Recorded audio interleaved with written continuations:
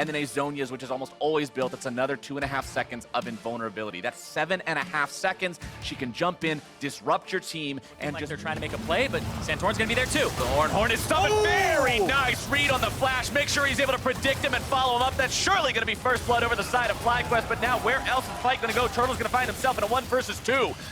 Gets rid of it with the culling. Pobelter trying to lock down Phoenix, make sure that the rest of his teammates aren't going to be caught out. POV has to go into the stasis, keeping himself alive for now. True Shot Barrage will find its way onto him. That's going to be a return kill for Echo Fox. It's Rush coming in. They're going to make the gank happen. JJ has no flash, and he likely has no way out of this one. True Shot Barrage makes sure Apollo's able to find the kill. This one is a freebie for Fox. And it's so interesting as well to kind of look at where they've selected to gank. The bottom side with the Drake, with priority. Oh, meanwhile, talking about where they're deciding to gank, it's FlyQuest top side. Hex Drinker or not, Santor, this Rift Herald on top of it. Want to get Shelly as fast as possible. Phoenix moving in, looking to stop these guys if he can. Goes into the ultimate. Remember, stopwatch available on this guy. He can buy plenty of time here. Stunned up for now. Forced into the fear afterwards as well.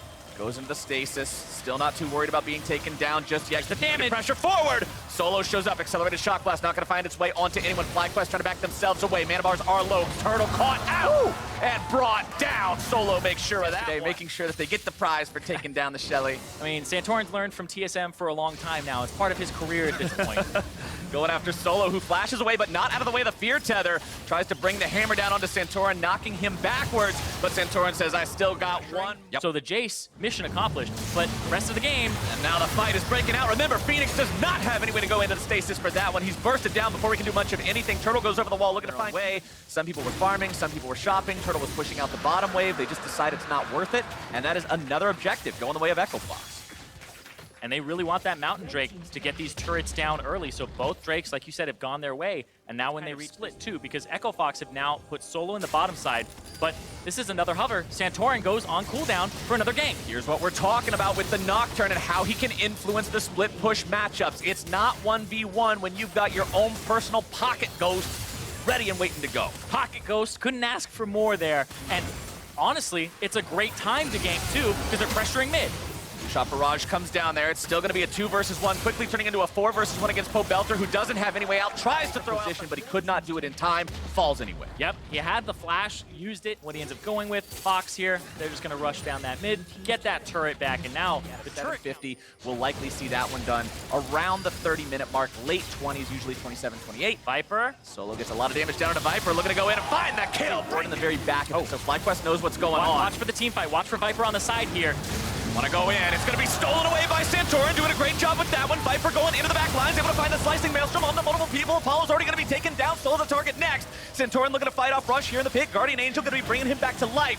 Viper still looking to grab some damage. It's a double kill over to Pobelter. The remaining... So even if that Drake didn't go their way, they made the right play by having the engage stick, even if the exhaust came down on Flash, other than a death, like a resource expenditure for a Flash, is good because Flash has such a long cooldown, but teleports is even longer. Viper into Solo, 1v1, but it's not going to be 1v1 for long. Santorin swoops in, make sure that the first kill is going to occur for FlyQuest, and the rest of the team has showed up.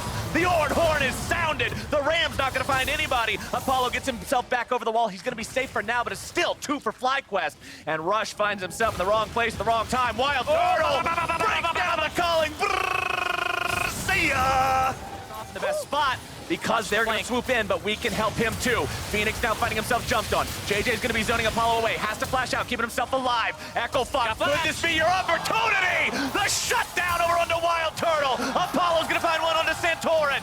Will now take down this Baron for themselves. A wonderful twist on what looked like a disastrous situation. And we have not seen a Swain stolen, but this time around, Santorin is only just now alive. That is Infernal number 2, secured for the side of Echo Fox lines in terms of wards, so they're just pushing straight up. But just the CC that will come out from FlyQuest in these fights later means that they have to really force this down. And we already see a 3,000 gold Baron power play. That's exactly what you want to see as an Echo Fox fan, and want to see them push even further. They will get this inhibitor turret. Inhibitor turret already falls. Pobelter wants to come in from a flank from the side. See if maybe they can make it happen. Viper's also going to be TPing in here. He needs to get into the back lines fast, but he won't be able to do it. Phoenix zoning away multiple people on FlyQuest. Already has Turtle down to about half HP. Accelerated Shock Blast nearly going to kill him. And Echo Fox says, we don't care about your flank. We're marching straight into the front door, and we will destroy your mid laner. They are on to the next turret. Viper's going in. He's able to find a massive 5-man ulti, but